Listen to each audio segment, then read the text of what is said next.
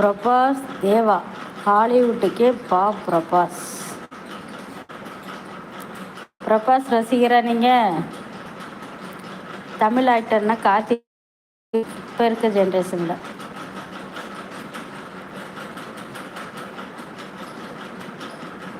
எல்லோரும் எப்படி இருக்கீங்க? சாப்பிட்டீங்களா?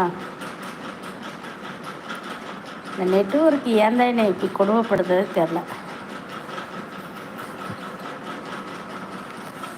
அக்காவுக்கு ஒரு லைக் போட்டு என்கரேஜ் பண்ணுங்கப்பா. My request. ஓகே, ரிக்வெஸ்ட்டாக கேட்குறேன், சரியா?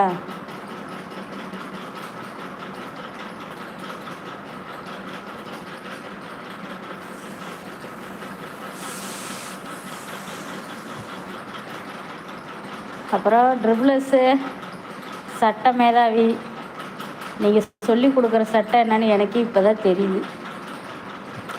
பரவாயில்ல, யூடியூப் நல்ல விஷயம்தான், நான் என்கரேஜ் பண்ணுறேன். உண்மையிலுமே தெரியாதவங்க தெரிஞ்சுக்கிறதுக்கு ஒரு வாய்ப்பு.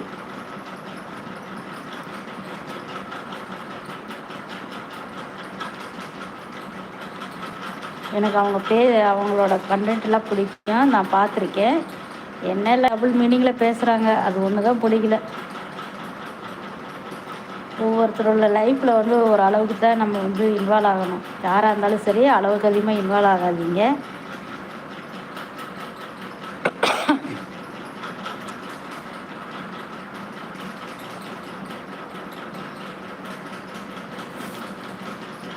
ரொம்ப நேரம் பார்க்குறீங்க, இல்லை ஒரு லைக்காவது போடுங்க. ஒரு லைக் போடுங்க அக்காவுக்கு, ஒரு ஹாய் போடுங்க, ஒரு சப்போர்ட் பண்ணுங்கள். புதுசாக லைக் போடுறவங்களுக்கு என்கரேஜ் பண்ணலாம்ல வியூவர்ஸ்.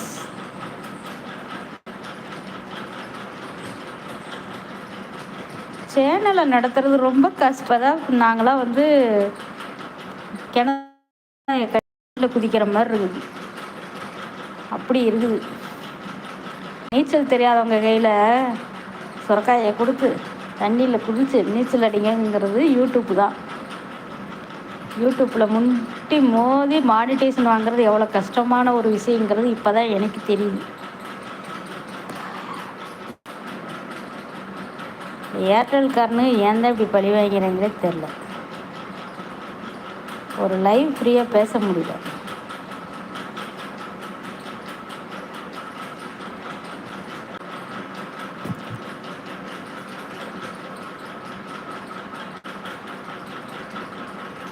இந்த ட்ரிபிள்எஸில் 2 எழுத்து உள்ள ஒரு பாட்டிக்கு நான் ஒரு மெசேஜ் போட்டேங்க.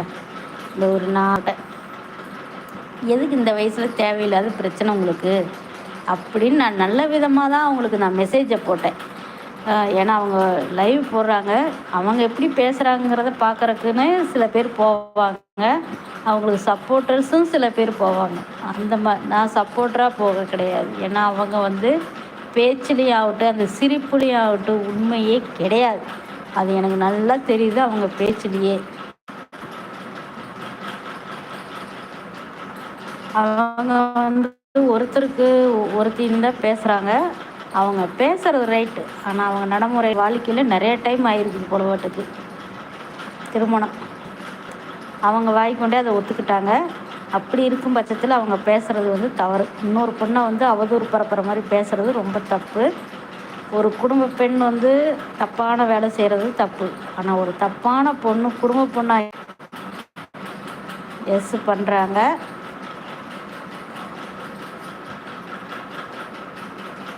ஏன் ஒரு லைவ் பேச விட மாட்டேங்கிறீங்களே, எதனால்? சோடா புட்டி கண்ணாடியை போட்டுட்டு உட்காந்துருக்குன்னு நினைப்பீங்க.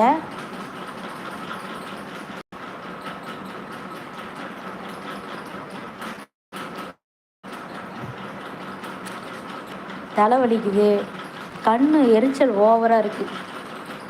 அதனால தான் நமக்கே பெரியவங்களுக்கு கண் இவ்வளோ தூரம் எரிச்சல் அதிகமாக இருக்குது. கண் பாதிக்கும்போது சின்ன குழந்தைகளுக்குலாம் எந்த அளவுக்கு அஃபெக்ஷன் ஆகும் தெரியுது.